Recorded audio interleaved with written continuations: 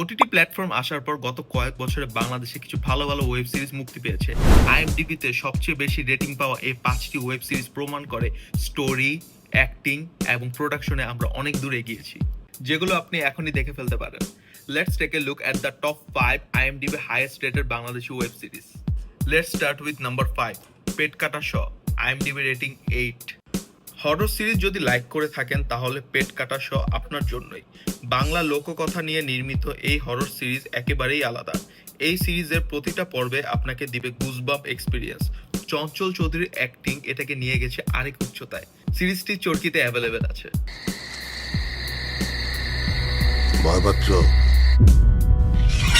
Number 4, Unolowkik, IMDb rating 8.1।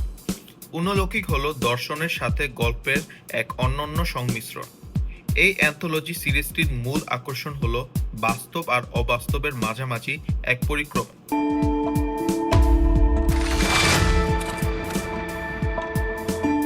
Number 3, কারাগার, IMDb rating 8.2। 50 বছর বন্ধ থাকা একটা সেলে হঠাৎ দেখা গেল এক কয়েদিকে। সে দাবি করছে সে মীর জাফরকে খুন করেছে। এই সিরিজে যেন চঞ্চল চৌধুরী নিজে একটি রহস্য।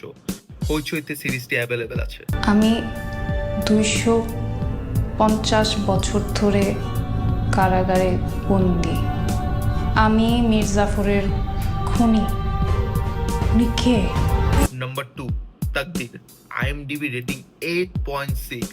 চঞ্চল চৌধুরীর অভিনীত তাকদীর এক দারুণ রহস্যময় সিরিজ। একটি ফ্রিজার ভ্যানে হঠাৎ এক লাশ, যেখানে একটি লাশ একজন সাধারণ ড্রাইভারের জীবন উল্টে দেয়। সিরিজের প্রতিটা পর্বে আছে নতুন নতুন টুইস্ট। সেম এটিও হইচইতে অ্যাভেলেবেল। এটা তোর পোলাপাঙ্গ কাম না তো আবার। ক্রিকেটের ইনভেস্টিগেশনে আমরা একটি লাশ বাই ফ্রিজিং ভ্যানের লিড পেয়েছি। নাম্বার 1 শুরু করার আগে অবশ্যই ভিডিওটি ভালো লেগে থাকলে ফলো করুন এবং শেয়ার করুন। অ্যান্ড ফাইনালি নাম্বার 1, মহানগর, IMDb rating 8.7। Mosharraf Karim S OC Harun.